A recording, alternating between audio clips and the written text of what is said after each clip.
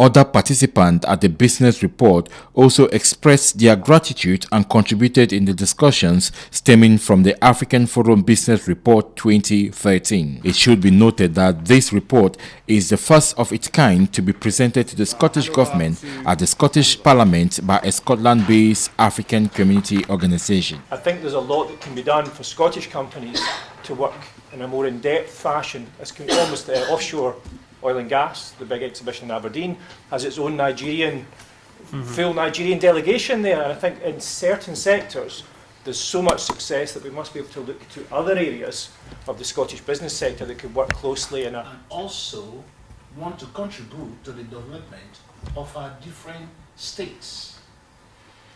So this has provided a room for us to interact, show interest in what we can do for our people, and also show interest with what we can do for the state where we live. After the meeting, I caught up with the Scottish Government Minister for External Affairs and International Development. I mean, this African Forum Scotland Business Report, it presents a very significant opportunity for the Scottish Government to engage with Africa.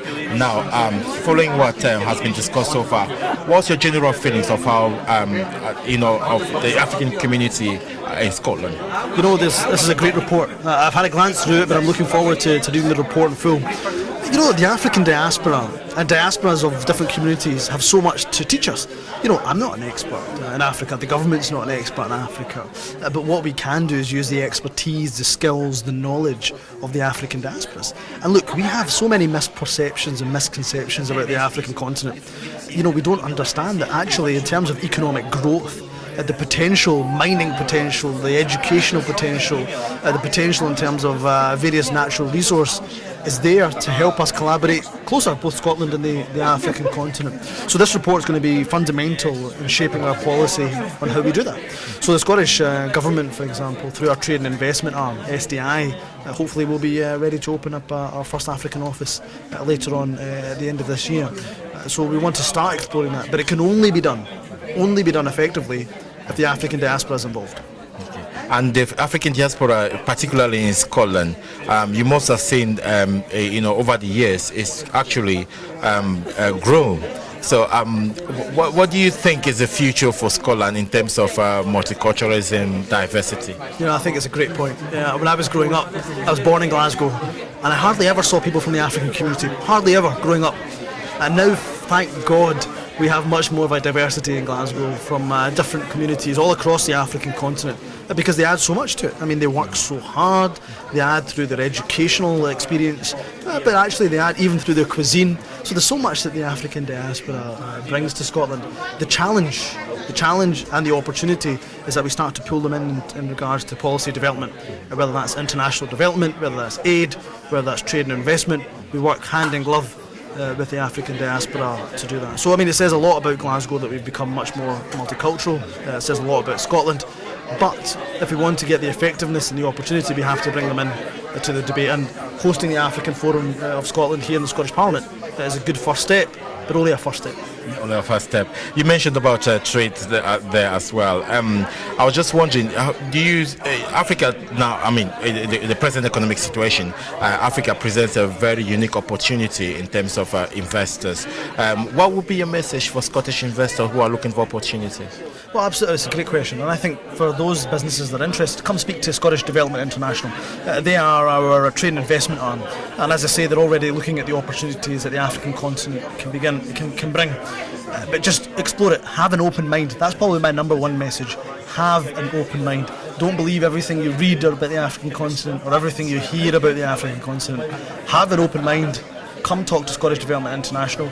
Come talk to the Scottish Government. We can bring in, request various African High Commissioners to come up to Scotland, to come give presentations, to speak about their countries and give the true picture of the opportunity that lies in Africa. But the main thing is people and businesses must have an open mind. Thank you very much, Minister. It's a pleasure.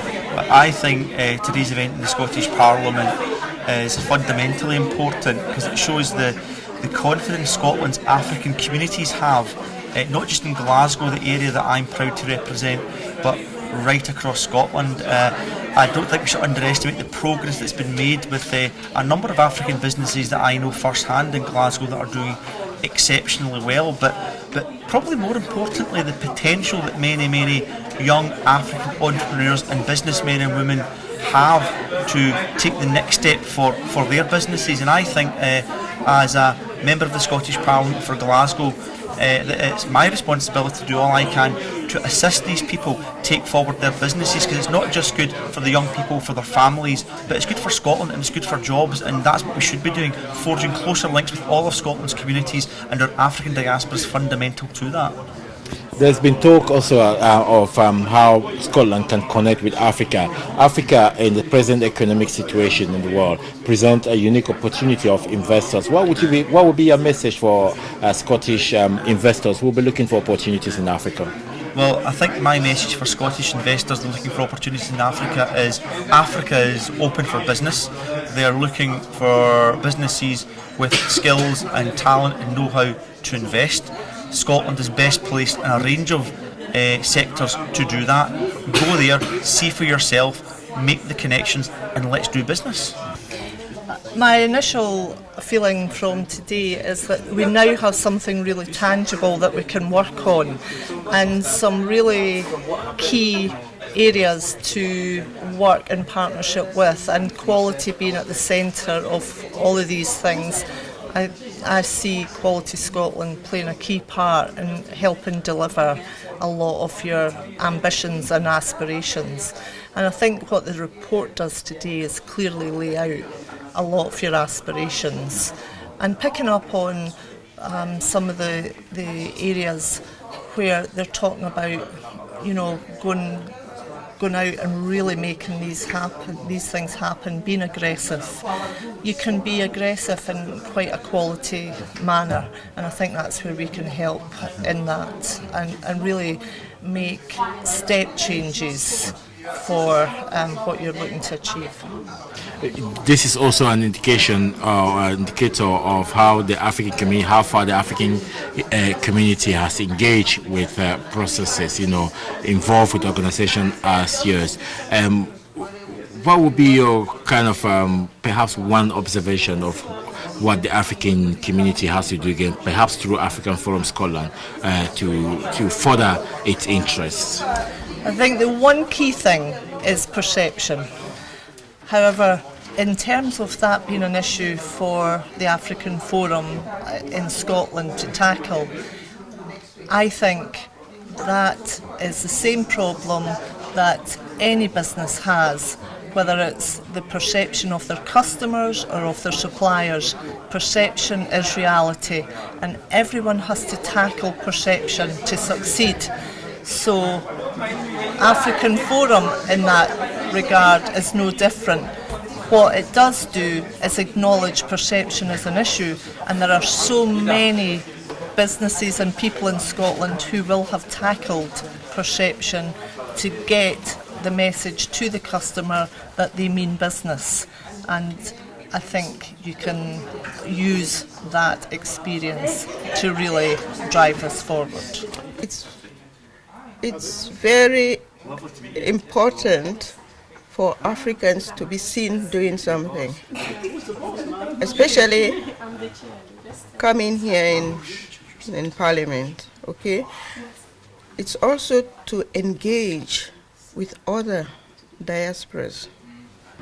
Among the several discussions that took place inside the chambers here at the Scottish Parliament on the day where African Forum Scotland launched its business report, one of the most remarkable things that was being mentioned this afternoon was by the host MSP, Bob Doris, who is the MSP of the Scotland's biggest city, Glasgow, and he talked about how enthused he is about the African community, and of course he's seen over the years, has seen how the African community has grown here in Scotland. I'm George Starr for RKTV.